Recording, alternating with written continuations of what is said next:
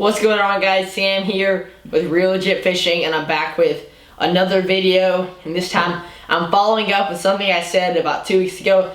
Posted my pre-spawn bass fishing video, and I promised you guys, as we get into the spawning phases of these largemouth and spotted bass, I'd make you guys another video and walk you through the steps and how to catch a spawning bass.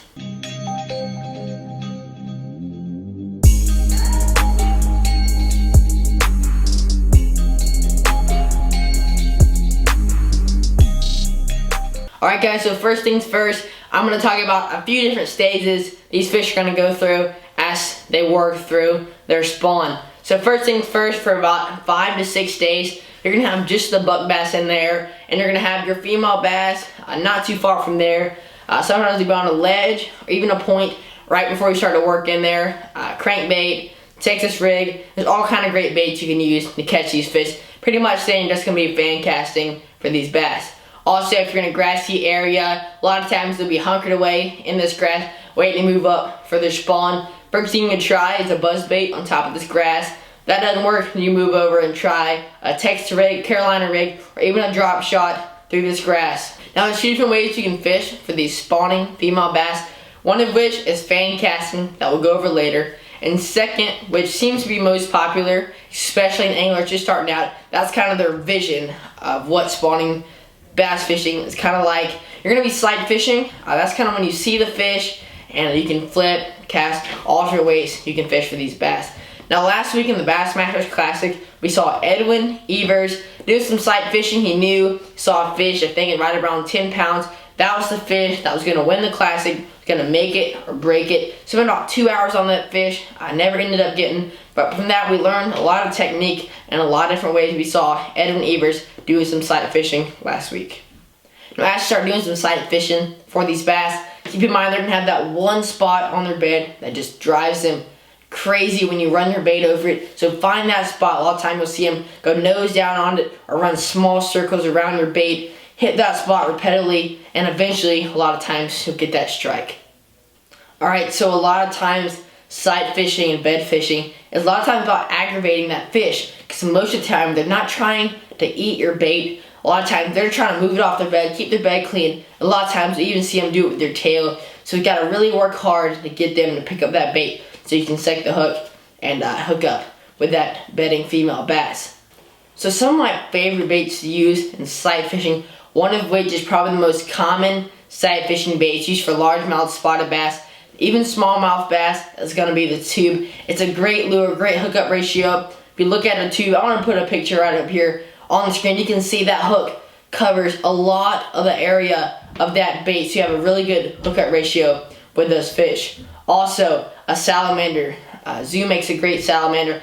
Work with different colors, maybe more natural, maybe more bright. It just depends on the watercolor and how those fish are reacting. So try a few different things, switching up your colors. Now, when these fish are on the bed, they're always going to be trying to defend against predators, being it bluegill, different types of fish, or even a salamander scavenging around there, looking for those eggs, maybe hunting around for those eggs. So these fish are always going to try and defend against them. Like I said, they're going to try and move that bait off the bed, and that's when you'll be able to set the hook and hook up with that fish.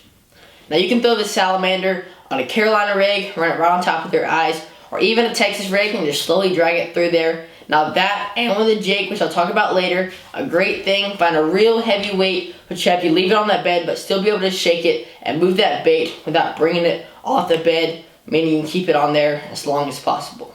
Another great bait that I love, it's going to be a drop shot. One reason being is you can leave it on that bed for so long, you can sit there and shake that bait for multiple hours. Not sure I do that, but this is a very stationary bait. Be able to move that bait, be able to move that soft plastic around, and still be able to catch that fish because you're on that bed for so long and not moving it away.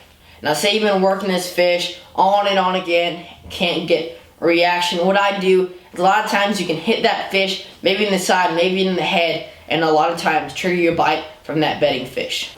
Now, another way you can still catch these spawning fish is going to be fan casting, kind of like a blind cast out into where these fish might be. Now, this way I'll catch a lot more males because you're not targeting in on that one fish, but still catch a lot of fish and still be able to hook up with some of these big female spawning bass. Now one bait I really think is overlooked, but it's still a great bait. It's going to be your crankbait. You can switch these up, a shad color, a bluegill color, and just mess with the different depth and color patterns and just figure out what these fish are looking for, because a crankbait is a great bait for a fish that doesn't want to eat, but you'll still get a reaction strike off this fish as it goes running through that bed or through their territory. Also, a Texas rig, again, is going to be a great bait for spawning. Cover a lot of water, but still have a great presentation. Can mix it up. You got brush hogs, you got salamanders, straight tail worms, curly tail worms, which are great in your vegetation, but just mix it up and try and figure out what these fish want. So depending on where you are in the country, the water color, the water depth, the sky, all kind of variables will depend on what you're trying to throw that day for that fish. Now keep in mind, when you're bed fishing, you're going to be in real shallow and clear water. These fish like to be in a hard bottom area for their spawn, so I like an 8 to 12 pound 100% fluorocarbon line. Keep it clear and it still sinks, so get that bait down the bottom and keep it there.